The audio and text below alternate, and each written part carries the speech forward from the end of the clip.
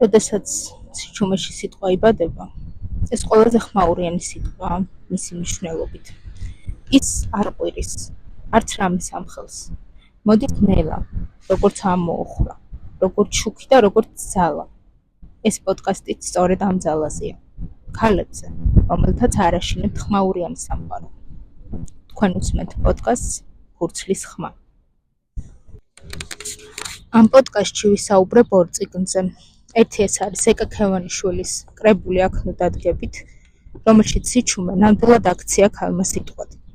ის სიმძიმე, რომელსაც თაობები აკავებდნენ, ქალის ბრძოლა გარე სამყაროსთან თუ საკუთარ თავთან, ის სიტყვები, რომელიც მრავალი წელი არაფრით ითქმოდა, ყველაფერი ერთადაა თავმოყრილი ეკა ქევანიშვილის წიგნში.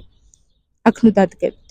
თითოეულ ჩვენგანს გვეხება და გვახსენებს, რომ სიჩუმე არ უნდა გადავიდეს მემკვიდრეობით, რომ ხმას საოცარი ძალა აქვს, გააგრძელოს, შეაჩეროს ან სულაც გადაარჩინოს ის ყოველივე, რაზეც თაობები დუმდნენ. ქალის სივრცეები ისტორიულად ყოველთვის შეზღუდული იყო. ის მინიატურული სცენები, რომელიც წიგნში გვხვდება, ძალიან დიდ პერიოდს მოიცავს. ქართულ ოჯახურ კულტურაში ქალის მორჩილებისთვის განკუთვნილი ძალიან დიდი ლექსიკონი არსებობს. ვინმემ რამე არ თქვას, დედას ნუ გააწბილებ, მეზობლებმა არ გაიგონ, რა სიტყვიან და ასე შემდეგ.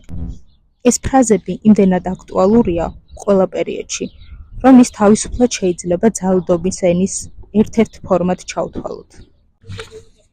მნიშვნელოვანი ხაზია ქალაქის ქრონიკა, ადგილის, რომელიც არც უსაფრთხოა, არც ნათელი და არც კეთილი. ტრანსპორტი საშიშია, ეზოები მზერით სავსე, სიჩუმე დამთრგუნველი, ხოლო ხმაური სახიფათო. აქ ნუ დადგებით. ერთგვარი მემკვიდრეობითი წიგნია, სადაც ავტორი იმ ქალებს იგონებს, რომლებიც არასდროს წერდნენ, მაგრამ მუდმივად ქმნიდნენ სამყაროს საკუთარი ხელებით, შრომით, რომელიც თითქოს უხილავი დარჩა. ქალთა გენეალოგიის პოეზიაა, სადაც თითოეული ხმა წინას აგრძელებს. ადრე თუ გაჩუმებდნენ, ახლა თავადაც შეგვიძლია გაჩუმება, მაგრამ ეს სიჩუმე ჩვენი შინაგანი ხმაა, რომელიც აუცილებლად უნდა გავახმოვანოთ. ეს ხმა კი ბევრად უფრო ძლიერი და გრძელვადიანია. მეორე წიგნი, რომელზეც ვისაუბრებ, ნანა აბულაძის „აკუმია“. ქართულ კულტურაში ქალის ტკივილზე ხშირად არ იწერებოდა და მით უფრო ხმამაღლა არ იკითხებოდა. ნანა აბულაძის წიგნი „აკუმი“ კი ტკივილის გახმოვანებაა, ტექსტად ქცეული დაუცველობა. თითქოს ეს წიგნი ტკივილის ლექსიკონია, რომელსაც ადამიანი საკუთარ თავს თავად უდგენს. კითხვის დროს გრძნობ, რომ თხრობის სტილი მშვიდია, თუმცა ველვარებით სავსე.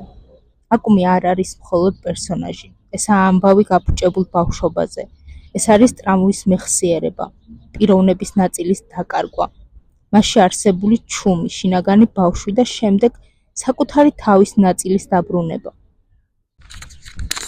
ავტორის მთავარი ძალა ის არის, რომ მას შეუძლია სიჩუმე შინაგანად, ასე ვთქვათ, სხეულში მოახდინოს, არა როგორც მეტაფორა, არამედ როგორც რეალური, ფიზიკური განცდა.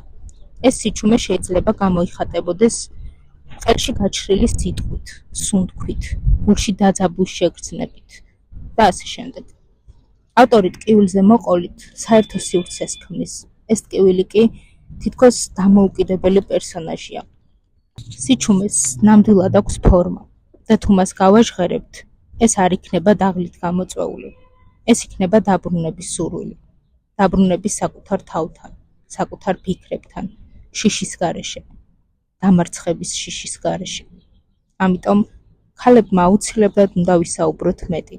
უნდა ვაქციოთ საკუთარი სიჩუმეს სიტყვად და ეს სიტყვები აუცილებლად მონახავს გზას.